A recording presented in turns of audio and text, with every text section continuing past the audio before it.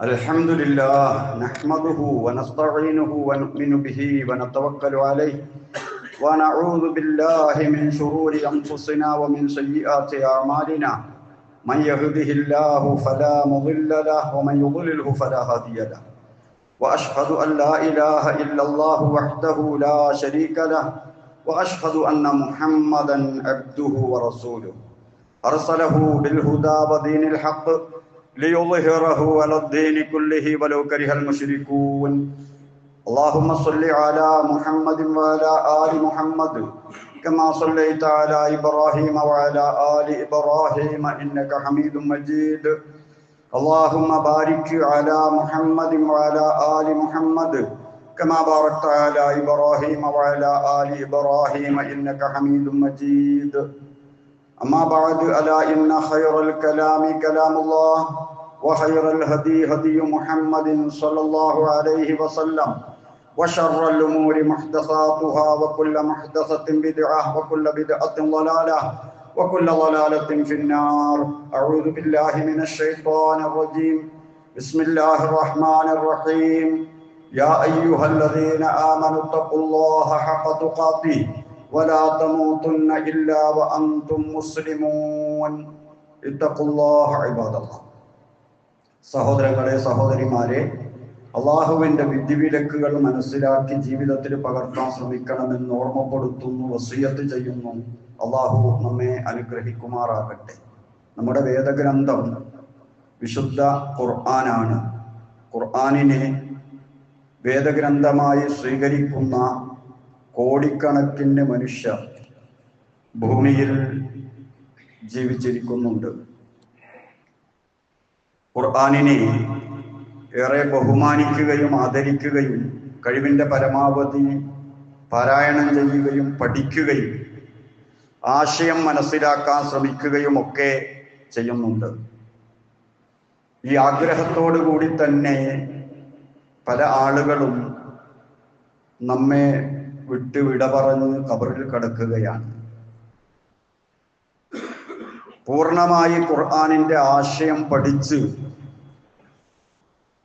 നല്ല പാണ്ഡിത്യം നേടുക എന്നത് സാധാരണക്കാരെ സംബന്ധിച്ചിടത്തോളം പ്രയാസമുള്ള കാര്യമാണ്. ജീവിത തിരക്കിനിടയിൽ എത്ര പറഞ്ഞാലും ശ്രമിച്ചാലും ഒരു പക്ഷേ നടക്കണമെന്നില്ല. എന്നിരുന്നാലും ഖുർആനിനെ പഠന സൗകര്യത്തിന് പാരായണ സൗകര്യത്തിനൊക്കെ 30 ജുസുആയും അതുപോലെ മറ്റ് പല വിധേനയും ഭാഗിച്ചിട്ടുണ്ട്. 30 ജുസുആയി ഭാഗിച്ചപ്പോൾ ഓരോ ജുസുയിലും മൊത്തത്തിൽ എന്താണ് പറയുന്നത് എന്ന ഒരു എത്തിനോട്ടം നടത്താൻ ഏത് സാധാരണക്കാർക്കും കഴിയും. ഒരു യാത്രയിൽ നാട് കണ്ടതുപോലെ എന്ന് വേണമെങ്കിൽ പറയാം. നീ കണ്ടിരുന്നോ? അതെ. പോയിരുന്നോ? അതെ. എന്നാൽ ഇറങ്ങി പരിശോധിച്ചിട്ടൊന്നുമില്ല. ആ രൂപത്തിലുള്ള ഒരു പഠനമെങ്കിലും ജീവിതത്തിലില്ലെങ്കിൽ വലിയ നഷ്ടമാണ്. അതുകൊണ്ട് വരും ഖുതുബകളിൽ നല്ലോണം ശ്രദ്ധിച്ചാൽ നമുക്ക് ആ കാര്യങ്ങൾ മനസ്സിലാക്കാൻ സാധിക്കുമെന്ന് പ്രത്യാശിക്കും. ഖുർആനിന്റെ ആമുഖമായി നമ്മൾ ഓരോ ദിവസവും പാരായണം ചെയ്യുന്ന സൂറ ഫാത്തിഹ, അത് തന്നെ ഒരുപാട് ഖുതുബകൾക്കുണ്ട്. പക്ഷെ മൊത്തത്തിൽ എന്താണ് ഫാത്തിഹ? ഖുർആനിൽ അടങ്ങിയിരിക്കുന്ന കാര്യങ്ങൾ മുഴുവനും ഒരാമുഖം എന്ന നിലക്ക്, ഫാത്തിഹ എന്ന് പറഞ്ഞാൽ ആമുഖം എന്നാണല്ലോ ഫാത്തിഹ നമ്മോട് പറഞ്ഞു തരുന്നുണ്ട്. ആമുഖം അങ്ങനെയാണ്. എല്ലാറ്റിനും ആമുഖമുണ്ടാകും. മഴക്ക് ആമുഖമുണ്ട്. ഒരു മൂടിക്കെട്ടിയ കാർമേഘമുള്ള അന്തരീക്ഷം, കുളിർക്കാറ്റ്, ഇതൊക്കെ കാണുമ്പോൾ അല്ലാതെ പൊടുന്നനെ കുറച്ച് വെള്ളം മേലെന്ന് ചൊരിയലല്ലല്ലോ മഴ. അതിന് ആമുഖമുണ്ടാകാറുണ്ട്. അത് കാണുമ്പോൾ നമുക്കറിയാം മഴ പെയ്യും, ചിലപ്പോൾ കാറ്റടിച്ചേക്കാം, ഇടിക്കും മിന്നലിനൊക്കെ സാധ്യതയുണ്ട് എന്നിങ്ങനെ മഴയോടനുബന്ധിച്ച് നടക്കാൻ പോകുന്ന എല്ലാ കാര്യങ്ങളുടെയും ഒരു ആമുഖമായ അന്തരീക്ഷം നമ്മൾ കാണാറില്ല. അത് തന്നെയാണ് ഖുർആനിൽ ഫാത്തിഹ നിർവഹിക്കുന്ന ദൗത്യം. അതായത് ഒന്നാമതായി അള്ളാഹുവിനെ പരിചയപ്പെടുത്തുന്നു. നാം ഈ ജീവിക്കുന്ന ദുനിയാവ്, ഇതിനൊരു സൃഷ്ടാവുണ്ട്. അവനാണിത് സൃഷ്ടിച്ചത്, പരിപാലിക്കുന്നത്. റബ്ബിൽ ആലമീൻ ആ വാക്കിലൂടെ തൗഹീദ് റുബൂബിയ്യ, അള്ളാഹുവിന്റെ പ്രവർത്തനങ്ങളിലേക്ക് നമ്മെ കൊണ്ടുപോവുകയാണ്. എല്ലാം നിയന്ത്രിക്കുന്നവനായ ആ റബ്ബ് പരമകാരുണികനാണ്. അവന്റെ ഗുണവിശേഷണങ്ങൾ അടുക്കാൻ പറ്റാത്തവനല്ല, ചോദിക്കാൻ പറ്റാത്തവനല്ല, നമ്മെ ഏതെങ്കിലും വിധത്തിൽ ശിക്ഷിക്കാൻ കാത്തിരിക്കുന്നവനല്ല. അർ റഹ്മാൻ റഹീം എന്ന വാക്കിലൂടെ നമ്മൾ അള്ളാഹുവിന്റെ ഏറ്റവും പ്രധാനപ്പെട്ട ഗുണവിശേഷണം മനസ്സിലാക്കുമ്പോൾ ഉടനെ നമ്മുടെ മനസ്സ് പറയുകയാണ്, അവനെയല്ലാതെ മറ്റാരെ ആരാധിക്കാൻ, അവനോടല്ലാതെ മറ്റാരോട് ചോദിക്കാൻ. ഇയ്യാക നഅ്ബുദു വ ഇയ്യാക നസ്തഈൻ എന്ന വാക്കിലൂടെ നമ്മൾ തൗഹീദ് ഉലൂഹിയ്യ, ഇസ്തിആനത്തും അതുപോലെ പ്രാർത്ഥനയുമെല്ലാം അള്ളാഹുവിനോട് എന്ന കാര്യം സ്ഥിരപ്പെടുത്തുകയാണ്. അതുപോലെ ഖുർആനിന്റെ ഒരു മുഖ്യ വിഷയമാണ് പരലോക വിശ്വാസം. മാലിക് യൗമുദ്ദീൻ എന്ന് പറഞ്ഞുകൊണ്ട് നമ്മൾ ആ പരലോക വിശ്വാസത്തിന്റെ വിശാലമായ ആശയങ്ങളിലേക്ക് ഒന്ന് കണ്ണോടിക്കുകയാണ്. അതിൽ നിന്നെല്ലാം, അള്ളാഹുവിന്റെ ശിക്ഷകളിൽ നിന്നെല്ലാം രക്ഷപ്പെടണമെങ്കിൽ, സ്വർഗാവകാശിയായി തീരണമെങ്കിൽ കൃത്യമായ ഒരു ജീവിതം നമുക്കുണ്ടാകണം. റിസാലത്തനുസരിച്ചുള്ള, റസൂല് പഠിപ്പിച്ചതനുസരിച്ചുള്ള ഒരു ജീവിതം ഉണ്ടാകണം. ആ മാർഗം ഒന്ന് പറഞ്ഞു പോവുകയാണ്. ഇഹ്ദിന അസ്സിറാത്തുൽ മുസ്തഖീം, ഞങ്ങൾക്ക് വേണ്ടത് സിറാത്തുൽ മുസ്തഖീമാണ്. റസൂല് പഠിപ്പിച്ച ആ മാർഗം ഉണ്ടല്ലോ, അഥവാ സച്ചരിതരായ ആളുകൾ സഞ്ചരിച്ച നമ്മുടെ മൻഹജ്, സിറാത്തുൽ ലദീന അൻഅംത അലൈഹിം, ദുർവ്യാഖ്യാനങ്ങളില്ലാതെ പച്ചയായി ആ മാർഗം ജീവിതത്തിൽ പകർത്തിയ മഹത്തുക്കൾ, അവരുടെ ജീവിതമാണ് വേണ്ടത്. വലാലത്തിന്റെ മാർഗം വേണ്ട, അതിൽ നിന്നൊരിക്കലും വ്യതിചലിച്ചു പോകാൻ പാടില്ല.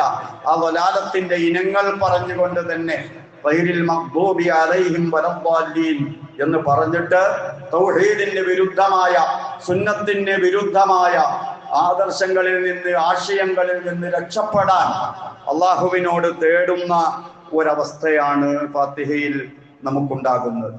അങ്ങനെ ഖുർആനിന്റെ മൊത്തത്തിലുള്ള ആശയത്തിലേക്ക് ഫാത്തിഹയിലൂടെ നമ്മളൊന്ന് ഇറങ്ങി ഇനി തുടങ്ങുകയാണ് ഒന്നാമത്തെ ജുസുഖ് അഥവാ സൂറ ബഖറയിലൂടെ.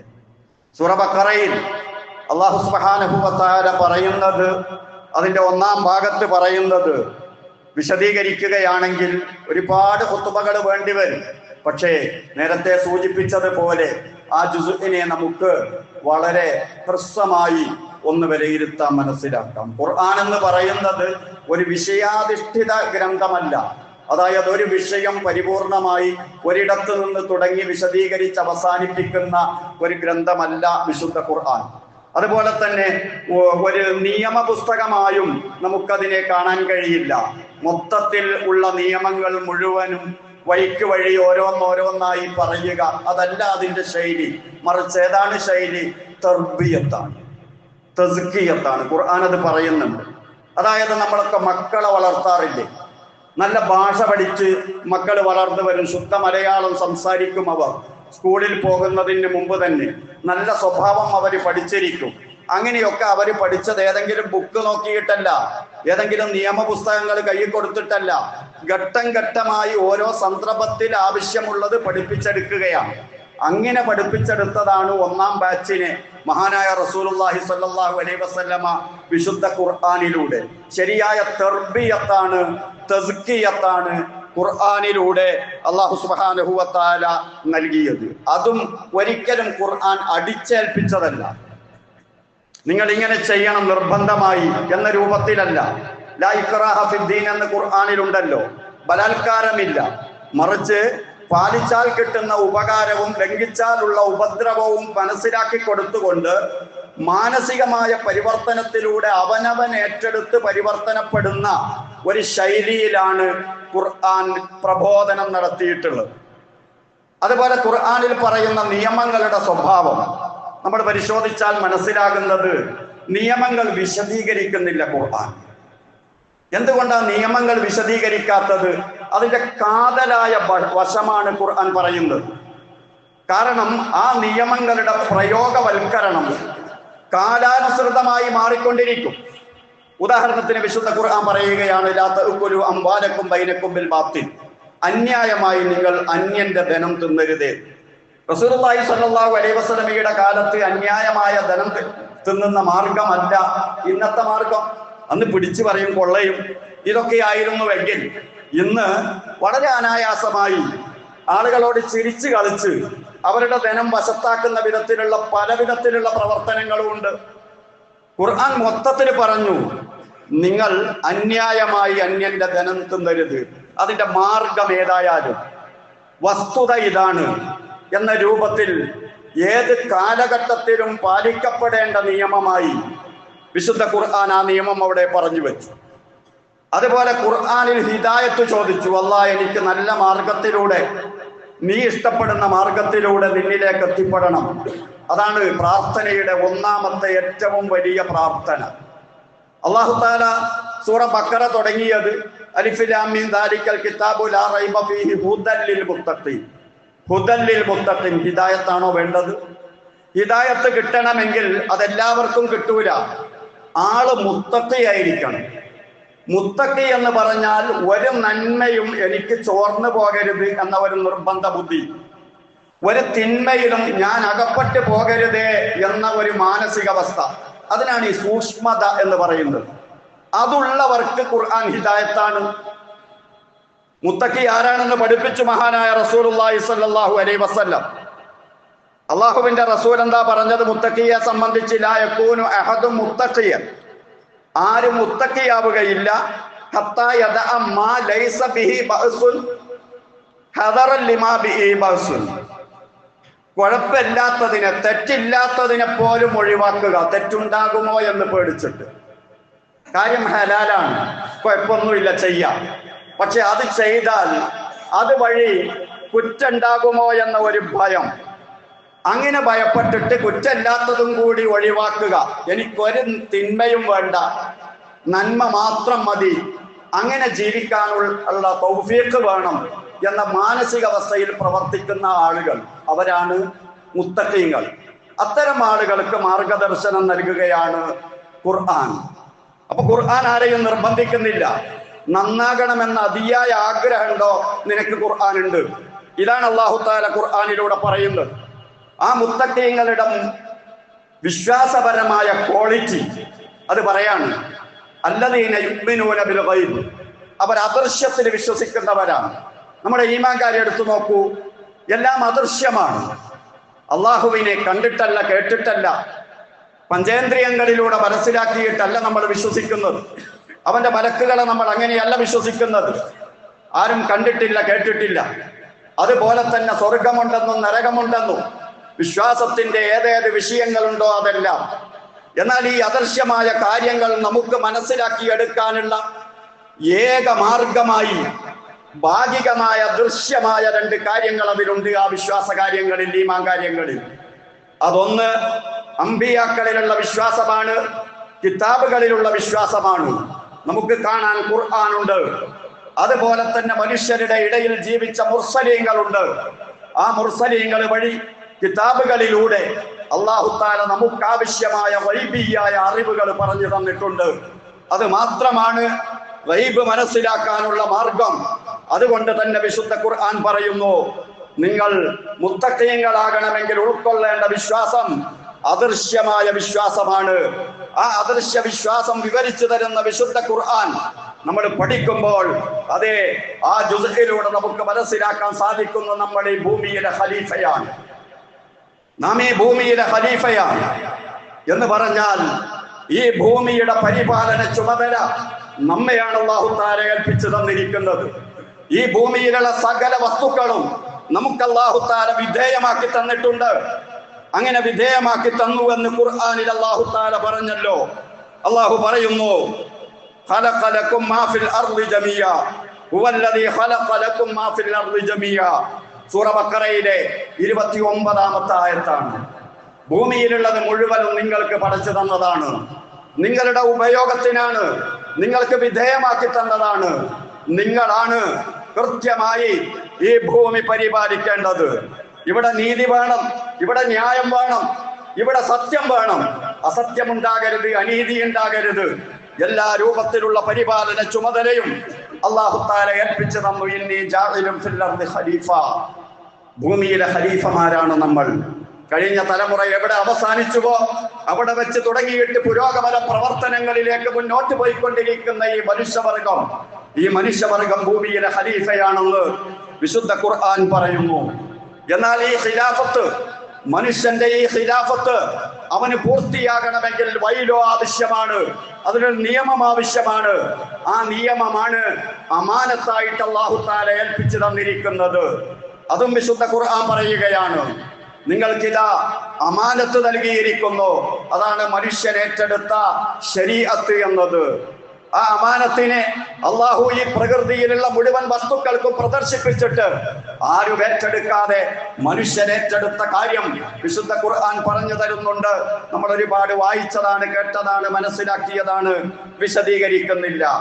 ഇത് തന്നെയാണ് നമ്മുടെ പ്രകൃതവും. യാന്ത്രികമായ ജീവിതം നമ്മൾ ആരും ഇഷ്ടപ്പെടുന്നില്ല. ഒരാളുടെ കീഴിൽ അദ്ദേഹം എന്താണോ പറയുന്നത് അതുപോലെ അങ്ങോട്ടും ഇങ്ങോട്ടും ഒരു കാറ്റത്ത് കെട്ടിയിട്ടതുപോലെയുള്ള ഒരു ജീവിതം ഒരിക്കലും മനുഷ്യൻ ഇഷ്ടപ്പെടുന്നില്ല. മനുഷ്യൻ സ്വതന്ത്രമായി അവന്റെ ഉദ്ദേശവും അവന്റെ സ്വാതന്ത്ര്യവും ഉപയോഗിച്ചുകൊണ്ടുള്ള ഒരു ജീവിതമാണ് മനുഷ്യൻ ഇഷ്ടപ്പെടുന്നത്. അതുകൊണ്ട് തന്നെ മനുഷ്യൻ പലതും ഏറ്റെടുക്കാറുണ്ട്. ശരീഅത്ത് മാത്രമല്ല, മനുഷ്യൻ ഭരണം ഏറ്റെടുക്കാറുണ്ട്, മനുഷ്യൻ കുടുംബത്തിന്റെ ചുമതല ഏറ്റെടുക്കാറുണ്ട്, ഒരു കെട്ടിടത്തിന്റെ നിർമ്മാണം ഞാനാക്കുമെന്ന് പറഞ്ഞ് നമ്മൾ ഏറ്റെടുക്കാറുണ്ട്. ഇങ്ങനെ ഏറ്റെടുക്കുന്ന ഏതേത് ഉത്തരവാദിത്തങ്ങളുണ്ടോ ആ ഉത്തരവാദിത്തങ്ങൾ ചിലപ്പോൾ കൃത്യമായിട്ട് നിർവഹിക്കും, ചിലപ്പോൾ അതിൽ അപാകത സംഭവിക്കും. അത് മനുഷ്യന്റെ പ്രകൃതിപരമായ സ്വഭാവമാണ്. കാരണം അവൻ ആ ഉത്തരവാദിത്തം ഏറ്റെടുക്കുന്നത് അവന്റെ ഉദ്ദേശവും ഇഷ്ടവും അത് പരിഗണിച്ചുകൊണ്ടാണ്. അള്ളാഹു ആ നിരക്കാണ് മനുഷ്യനെ സൃഷ്ടിച്ചത്. അപ്പൊ രണ്ടാമതായി നാം മനസ്സിലാക്കേണ്ടത്, ഭൂമിയുടെ ഖലീഫയായതുപോലെ തന്നെ അല്ലാഹു തആല നമുക്ക് അമാനത്ത്, ശരീഅത്ത്, അവന്റെ നിയമം പാലിച്ച് ജീവിക്കാം എന്ന അള്ളാഹുവിന്റെ മുന്നിലുള്ള ഒരു കരാറ് ഏറ്റെടുത്ത് ഭൂമിയിലേക്ക് വന്നവനാണ് മനുഷ്യൻ. ആ പ്രവൃത്തിയാണ് നമ്മൾ ചെയ്തുകൊണ്ടിരിക്കുന്നത്.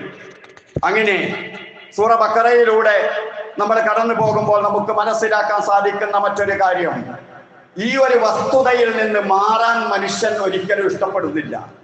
അങ്ങനെ ഉണ്ടല്ലോ, അതായത് മറ്റു ജീവജാലങ്ങളെ പോലെ അള്ളാഹുവിന്റെ കഹരിയായ നിർബന്ധിതമായ നിയമത്തിന് വിധേയരായി ഇവിടെ ജീവിച്ച് അങ്ങനെ അങ്ങ് മരിച്ചു മണ്ണായി പോകാൻ ആരും ഇഷ്ടപ്പെടുന്നില്ല. നമ്മളൊക്കെ മരിക്കാൻ നോക്കുന്ന സമയത്ത് മനുഷ്യൻ മരിക്കുമ്പോ അള്ളാഹുവിനോട് ആവശ്യപ്പെടുന്ന ഒരു പ്രാർത്ഥന ഖുർആൻ പറയുന്നുണ്ട്. ഹത്താ ഇദാ ജാഅ അഹദഹുമുൽ മൗത്ത്. അങ്ങനെ ഒരാൾക്ക് മരണം ആസന്നമായാൽ അവൻ പറയും, റബ്ബിർജിഊൻ, എന്നെ ഒന്ന് പിന്തിച്ചിടണം, ലഅല്ലി അഅമലു സാലിഹൻ ഫീമാ തറക്തു, ഞാൻ അവശേഷിക്കുന്ന കാലയളവിൽ സാലിഹായ കർമ്മങ്ങൾ ചെയ്ത് നന്നായിക്കൊള്ളാം. ആ സമയത്തും സ്വതന്ത്രനായി തന്നെ എന്നെ തിരിച്ചുവിടണമെന്നാ മനുഷ്യൻ ആവശ്യപ്പെടുന്നത്. അല്ലാതെ പശുവിനെ പോലെ, മറ്റു മൃഗങ്ങളെ പോലെ, മറ്റു വസ്തുക്കളെ പോലെ ഒരു നിർബന്ധിത സാഹചര്യത്തിൽ നിന്റെ അടിമയായി ഇവിടെ ജീവിച്ച് മരിച്ചു പോകുന്ന ഒരാളായിട്ട് തിരിച്ചയക്കണമെന്നല്ല, മറിച്ച് എന്റെ ഇതേ സ്വാതന്ത്ര്യ അവസ്ഥയിൽ എന്നെ തിരിച്ചയക്കണം, ഞാൻ ഒന്നുകൂടി പരിശ്രമിച്ച് നന്നായിക്കോളാം. അത്രത്തോളം മനുഷ്യന്റെ പ്രകൃതവുമായി ചേർന്ന് നിൽക്കുന്നതാണ് അവനെ അല്ലാഹു തആല ഏൽപ്പിച്ച ഈ അമാനത്ത് എന്ന് പറയുന്ന സംഗതി. എന്നിട്ട് അല്ലാഹു പറയുന്നു, നിങ്ങൾ ഈ അമാനത്ത് കൈകാര്യം ചെയ്യുന്നതിൽ സാധാരണക്കാരായാൽ പോരട്ടോ, നിങ്ങൾ ഇമാമത്തിന്റെ ആളുകളായിരിക്കണം. ഇമാമത്ത്, ഇന്നി ജാഇലുക ലിന്നാസി ഇമാമ എന്ന് ഇബ്രാഹിം അലൈഹിസ്സലാമിനോട് അല്ലാഹു തആല പറഞ്ഞില്ലേ? നമ്മളൊക്കെ പ്രാർത്ഥിക്കുന്നില്ലേ? ഏതൊരാളും പ്രാർത്ഥിക്കുന്നില്ലേ? റബ്ബന ഹബ് ലനാ മിൻ അസ്വാജിനാ വ ദുർരിയ്യാതിനാ ഖുർറത അഅ്യുനിൻ വജ്അൽനാ ലിൽ മുത്തഖീന ഇമാമ, വജ്അൽനാ ലിൽ മുത്തഖീന ഇമാമ. അല്ലാഹുവേ, നീ ഖുർആൻ കൊടുത്ത മുത്തഖീങ്ങളില്ലേ, എന്നെ മുത്തഖിയാക്കിയാലും പോരാ, അവർക്ക് ഞാനൊരു മോഡലാകണം അല്ലാ. അപ്പൊ ഇമാമത്ത് എന്നത് കൂടി പുരോഗമനത്തിന്റെ ഏറ്റവും അങ്ങേതല ധാർമ്മികമായ ആത്മീയമായ പുരോഗതിയുടെ അതിന്റെ ഉത്തുംഗതയിൽ എന്നെ നിയോഗിക്കണേ എന്ന പ്രാർത്ഥനയോടുകൂടിയാണ് നമ്മളെല്ലാവരും ജീവിക്കുന്നത്. ഇത് പറയാനാണ് അള്ളാഹു ചരിത്രം പറയുന്നത്. ഖിലാഫത്ത് ഏൽപ്പിച്ച, അമാനത്ത് കൊടുത്ത ഈ സമൂഹം ജീവിച്ചിട്ട് വിജയിച്ചവരുമുണ്ട്, പരാജയപ്പെട്ടവരുമുണ്ട്. നിങ്ങൾ ഇസ്രായേലിയരുടെ ചരിത്രം നോക്കൂ, മൂസാ നബിയുടെ അനുയായികളുടെ ചരിത്രം നോക്കൂ, പൂർവകാല ചരിത്രം നിങ്ങൾ പഠിക്കൂ. ചരിത്രം പറയാനല്ല ഖുർആൻ ചരിത്രം പറയുന്നത്. അതുകൊണ്ടാ ഖുർആൻ ചരിത്രം പറയുമ്പോ അതിന് തുടക്കോ ഒടുക്കോ സ്ഥാനോ സമയോ ഇതൊന്നും ഖുർആൻ പറയുന്നില്ല. നേരെ മറിച്ച് അള്ളാഹു ഏൽപ്പിച്ച ദൗത്യം അതനുസരിച്ച് ജീവിച്ചിട്ട് വിജയിച്ച ആളുകളുണ്ട്, പരാജയപ്പെട്ടവരുണ്ട്. നിങ്ങൾ ആ പരാജയപ്പെട്ടവരെ പോലെ ആയി പോകരുത്. നിങ്ങൾക്ക് കിട്ടിയ ഈ ജീവിതകാലത്ത് നിങ്ങൾ ജയിക്കുക തന്നെ വേണം, നിങ്ങൾ വിജയിക്കണം. അത് പറയാൻ വേണ്ടിയിട്ടാണ് ഖുർആൻ ഇസ്രായേലിയരുടെ ചരിത്രം പറയുന്നത്. സൂറ ബഖറയിൽ അതിന്റെ പേര് തന്നെ ബഖറ എന്നല്ലേ? ഇസ്രായേലിയരുടെ ധിക്കാരം പ്രത്യക്ഷീകരിക്കുന്ന ഒരു സംഭവമാണ് ബഖറയുടെ സംഭവം. വിശദീകരിക്കാൻ സമയമല്ല, നമ്മുടെ വിഷയം പറഞ്ഞു തീർക്കാൻ കഴിയില്ല. കൊലപാതകം നടത്തി ഇസ്രായേലിയർ. ആരോരുമില്ലാത്ത അനന്തരാവകാശികളായി, ആരോരുമില്ലാത്ത ഒരു വ്യക്തി മാത്രം അനന്തരമെടുക്കാനുള്ള ഒരു വ്യക്തിയെ കൊലപ്പെടുത്തി എന്നൊക്കെയാണ് ചരിത്രം. എന്നിട്ട് അദ്ദേഹം തന്നെ മൂസാ നബിയോട് പോയി പറഞ്ഞു പോലും ആരാണ് ഇദ്ദേഹത്തെ കൊന്നതെന്ന് കണ്ടുപിടിക്കണം, ഒരു തെളിവുമില്ല. മൂസാ നബി അല്ലാഹുവിനോട് പ്രാർത്ഥിച്ചു, അങ്ങനെ ഒരു പശുവിനെ അറക്കാനും അതിന്റെ ഭാഗമെടുത്തിട്ട് ഈ മയ്യത്തിനെ അടിക്കാനും ആ മയ്യത്ത് എഴുന്നേറ്റ് നിന്ന് കൊലയാളിയെ പറഞ്ഞു കൊടുക്കുമെന്ന അള്ളാഹുവിന്റെ മുഅ്ജിസത്ത് മൂസാ നബിയിലൂടെ പ്രകടിപ്പിച്ച ആ മുഅ്ജിസത്ത് ഇത് പറഞ്ഞു കൊടുത്ത ഒരു സംഭവം. ഏതായാലും വിശദമായി തന്നെ ഖുർആൻ ഇത് പറയുന്നുണ്ട്. എന്തിനാണ് നമ്മളോട് ഇത് പറഞ്ഞു തരുന്നത്? ധിക്കാരം എങ്ങനെയായിരുന്നു, അമാനത്തിൽ എങ്ങനെയൊക്കെയാണ് അവർ വഴിപിഴച്ച് പോയത് എന്നിട്ട് അള്ളാഹു നമ്മെ പ്രോത്സാഹിപ്പിക്കുകയാണ്. മുൻഗാമികൾ പരാജയപ്പെട്ടു പോയിട്ടുണ്ടെങ്കിലും നിങ്ങൾ നന്നാവും കേട്ടോ. ഖുർആനിൽ നമ്മളോട് പറയാനല്ല, നിങ്ങൾ അങ്ങനെയല്ല, നിങ്ങൾ നന്നാകും. നിങ്ങളെ ഉമ്മത്തും വസത്താനാക്കിയിരിക്കുന്നത്. അവരെ പോലെ അള്ളാഹുവിന്റെ വേദഗ്രന്ഥങ്ങൾ ആകെ മാറ്റിമറിക്കുന്ന ധിക്കാരികളായ, അഥവാ മനുഷ്യന് രണ്ട് ഭാഗമുണ്ടല്ലോ, ഒന്ന് ഭൗതികമായ ജീവിതവും ഒന്ന് ആത്മീയമായ ജീവിതവും. ഭൗതികമായ ജീവിതത്തിന് വലിയ പ്രാധാന്യം കൊടുത്തിട്ട് അതിന് തടസ്സമാകുന്ന നിയമങ്ങൾ മുഴുവനും വെട്ടിമുറിച്ച് ആത്മീയതയെ കൊന്നുകളഞ്ഞ ജൂതന്മാർ, അവരാണ് ഒരു ഭാഗത്ത്. മറുഭാഗത്ത് ഭൗതികമായ സംഗതികൾക്ക് പരിഗണന പാടെ നിഷേധിച്ചിട്ട് വെറും പൗരോഹിത്യത്തിലൂടെ ആത്മീയതയിലൂടെ മാത്രം ജീവിച്ച് രക്ഷപ്പെട്ട് കളയാമെന്ന് കരുതിയ ക്രിസ്ത്യാനികൾ. നിങ്ങളത് രണ്ടിന്റെയും ഇടക്കാണ്. നിങ്ങൾ എല്ലാ വിഷയത്തിലും ഉമ്മത്തും വസത്താണ്. അതുകൊണ്ട് നിങ്ങൾ രക്ഷപ്പെടും. നിങ്ങൾ രക്ഷപ്പെടാൻ പരിശ്രമിക്കണം. നിങ്ങൾ എന്റെ ഈ ഖുർആനിലൂടെ രക്ഷപ്പെടണം എന്ന് അല്ലാഹു തആല വിശുദ്ധ ഖുർആനിലൂടെ വളരെ വ്യക്തമായി 1-ാം ജുസ്ഇൽ നമ്മോട് പറഞ്ഞു തരുന്നതാണ് നമ്മൾ കാണുന്നത്.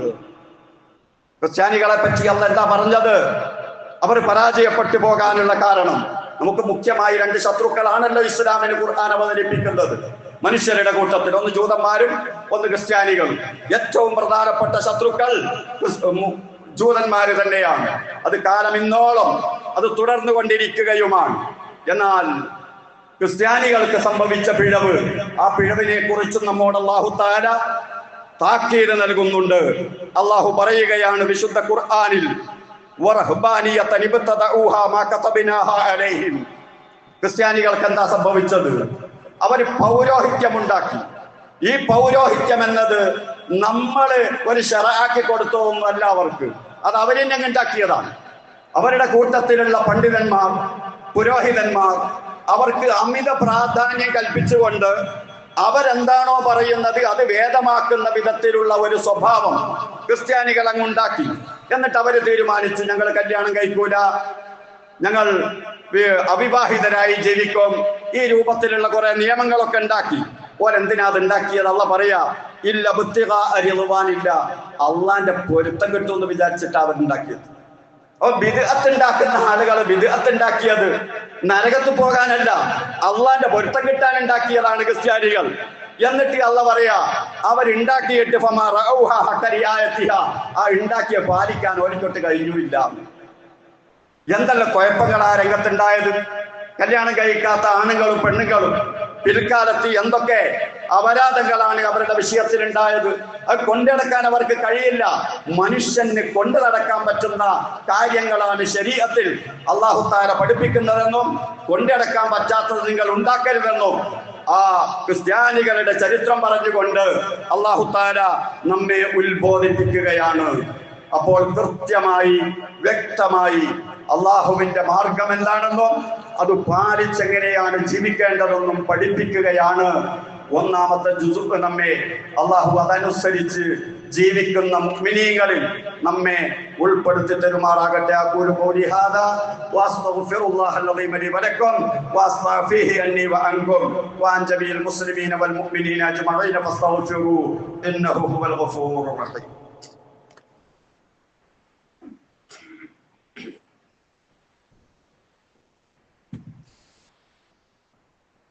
അൽഹംദുലില്ലാഹ് വസ്സലാത്തു വസ്സലാമു അലാ റസൂലില്ലാഹ് വഅലാ ആലിഹിൽ ഫായിസീന ബിറിദല്ലാഹ് ഊസീകും ഇബാദല്ലാഹി വഇയ്യായ ബിത്തഖ്വല്ലാഹ്. സഹോദരങ്ങളെ, സഹോദരിമാരെ, അള്ളാഹുവിന്റെ വിധിവിലക്കുകൾ കൃത്യമായി മനസ്സിലാക്കി ജീവിതത്തിൽ പകർത്താൻ ശ്രമിക്കണമെന്ന് ഒരിക്കൽ കൂടി ഓർമ്മപ്പെടുത്തുന്നു, വസിയ്യത്ത് ചെയ്യുന്നു. ഇസ്രായേല്യരുടെ പരാജയം, അതിൽ നിന്ന് പാഠം ഉൾക്കൊണ്ട് നന്നാകാൻ ആവശ്യപ്പെടുകയാണല്ലോ വിശുദ്ധ ഖുർആൻ. പക്ഷെ ഏതെങ്കിലും വിധത്തിൽ അവരെ പോലെ ആകാൻ പരിശ്രമിച്ചു കൊണ്ടിരിക്കുകയാണ് നമ്മുടെ സമൂഹം. ബിദ്അത്ത് കൊണ്ടാണ് അവര് പരാജയപ്പെട്ടു പോയതെന്ന് ഖുർആൻ പറഞ്ഞു. റസൂല് പറഞ്ഞു, അവരുണ്ടാക്കുന്ന ബിദ്അത്ത് അവര് മാത്രല്ല ഞങ്ങളും ചെയ്യും. ചാണിന് ചാണായും മുഴത്തിന് മുഴയായും നിങ്ങളും ചെയ്യും. അപ്പൊ നമ്മുടെ ബിദ്അത്ത്, നമ്മുടെ മതത്തിലുള്ള ആദർശപരമായ ബിദ്അത്തുകൾ, ആശയപരമായ ബിദ്അത്തുകൾ, ഇത് വേറെ മതത്തിലുള്ളതാണ്. അത് ക്രിസ്മസ് ആയാലും പുതുവർഷാഘോഷമായാലും, പുതുവർഷാഘോഷം എന്ന് പറയുന്നത് തന്നെ ബിദ്അത്ത്. പിന്നെ അതിന്റെ ആഘോഷ പരിപാടികൾ പിടിച്ചാൽ കിട്ടൂല. അള്ളാഹ് തന്നെ പറഞ്ഞില്ലേ, ബിദ്അത്ത് ഉണ്ടാക്കിയ പിന്നെ അത് പരിപാലിക്കാൻ കഴിയൂല. കാരണം അതിന് പിന്നെ നിയമമില്ലല്ലോ.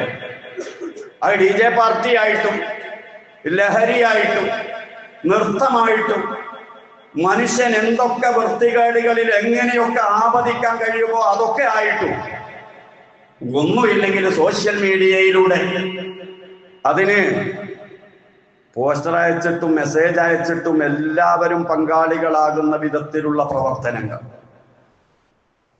സൂറ ബഖറ പറയാ, അള്ളാന്റെ ഖലീഫമാരാണേ നിങ്ങൾ ചില്ലറക്കാരല്ലേ, നിങ്ങളെ അമാനത്ത് ഏൽപ്പിച്ചിട്ടുണ്ട്, നിങ്ങൾ ഏറ്റെടുത്തതാണ്. ആ അമാനത്തനുസരിച്ച് നിങ്ങൾ ജീവിക്കണം. ചെറുതായിട്ടൊന്നും കാണണ്ട. നിങ്ങൾക്ക് ചെയ്യാൻ മാത്രം, വിശ്വസിക്കാൻ മാത്രം, കൊണ്ടെടുക്കാൻ മാത്രം നിങ്ങൾ ഏറ്റെടുത്ത അമാനത്തിലുണ്ട്. അതിന് വിരുദ്ധമായ ഒരു പ്രവർത്തനങ്ങളും നിങ്ങളുടെ ഭാഗത്തു നിന്നുണ്ടാകരുത്. പരാജയപ്പെട്ടിട്ടുണ്ട് ഇതുപോലെ ഏറ്റെടുത്തിട്ട് നിങ്ങളെപ്പോലുള്ള മനുഷ്യർ, മുൻഗാമികൾ, അവരുടെ ബിദ്അത്തുകൾ നിങ്ങൾ തലയിലേറ്റരുത്. പരാജയപ്പെട്ടു പോകും. ഖുർആനിലൂടെ തന്നെ അല്ലാഹു തആല പറഞ്ഞതാണ് ഇതുവരെ നമ്മൾ കേട്ടത്. ഇനി നമുക്ക് എന്ത് വേണം എന്ന് നമ്മളാണ് തീരുമാനിക്കേണ്ടത്. വിശുദ്ധ ഇസ്ലാമിന് വർഷത്തുടക്കം അതങ്ങനെ മറ്റു ദിവസങ്ങളെ പോലെ കഴിഞ്ഞുക എന്നല്ലാതെ മറ്റെന്താ ഉള്ളത്?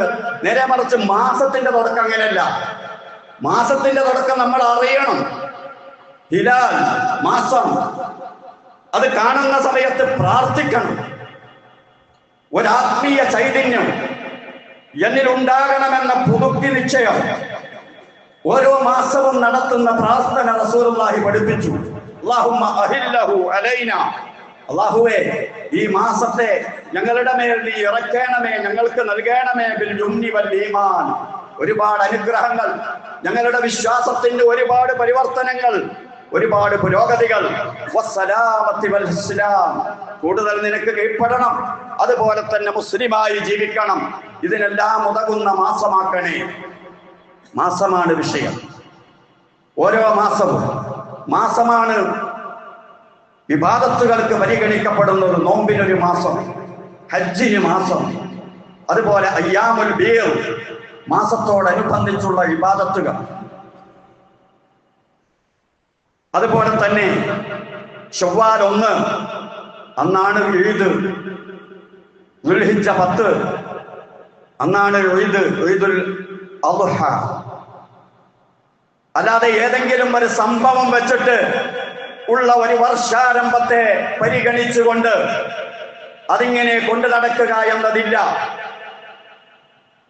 ഹിജ്റ വർഷത്തിന് പോലും ഇല്ല, ഹിജ്റ വർഷാരംഭത്തിന് പോലും ഇല്ല. ഉണ്ടെങ്കിൽ അങ്ങനെയായിരുന്നു വേണ്ടത്, അതുപോലും ഇല്ല. അതുകൊണ്ട് നല്ലോണം ശ്രദ്ധിക്കണം. ഒരു ചെറിയ കാര്യല്ലേ എന്ന് കരുതിയിട്ട് തള്ളിക്കളയരുത്. നമ്മൾ ആരാണ് എന്ന ഓർമ്മയോടുകൂടി തന്നെ ജീവിക്കണം.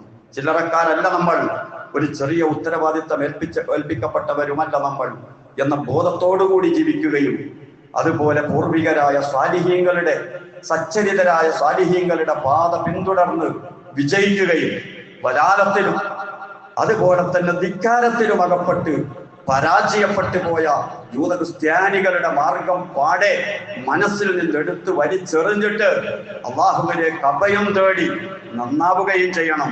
അതിന് അള്ളാഹു തൗഫീഖ് നൽകുമാറാകട്ടെ.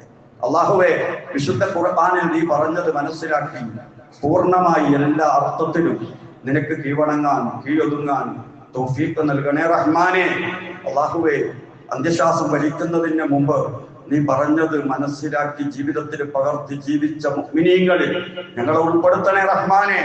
മുസ്ലിമായി ജീവിക്കാൻ തൗഫീഖ് നൽകണേ റഹ്മാനെ. കലിമ ചൊല്ലി മരിക്കാൻ തൗഫീഖ് നൽകണേ റഹ്മാനെ. അല്ലാഹുവേ, ഒരുപാട് രോഗികളുണ്ട്, രോഗശമനം നൽകി അനുഗ്രഹിക്കണേ റഹ്മാനെ. പല ബുദ്ധിമുട്ടുകൾ കൊണ്ട് ദുആ വസിയ്യത്ത് ചെയ്തവരുണ്ട്, നിനക്കറിയാം റഹ്മാനെ. എല്ലാം പരിഹരിച്ചു കൊടുക്കണേ അല്ലാഹുവേ. ആരോഗ്യം നിലനിർത്തി തരണേ റഹ്മാനെ. മാരകമായ രോഗങ്ങളിൽ നിന്ന് കാത്തുരക്ഷിക്കണേ റഹ്മാനെ. ഒരുപാട് ആളുകൾ മരണപ്പെട്ടു പോയി, ഞങ്ങളുടെയും അവരുടെയും ഖബറിടം സ്വർഗമാക്കണേ റഹ്മാനെ. ഞങ്ങൾക്ക് വേണ്ടപ്പെട്ടവർ ഖബറിലാണ് അല്ലാഹുവേ. നിന്റെ പ്രത്യേക സംരക്ഷണം നൽകണേ റഹ്മാനെ. ഖബർ വിശാലമാക്കി കൊടുക്കണേ റഹ്മാനെ. അല്ലാഹുവേ, ആരോഗ്യത്തോടു കൂടിയുള്ള ആയുസ് നൽകി അനുഗ്രഹിക്കണേ اللهم اغفر للمؤمنين والمؤمنات والمسلمين والمسلمات الأحياء منهم والأموات. ربنا آتنا في الدنيا حسنة وفي الآخرة حسنة وقنا عذاب النار. ربنا تقبل منا إنك أنت السميع العليم وتب علينا إنك أنت التواب الرحيم. آمين برحمتك يا أرحم الراحمين.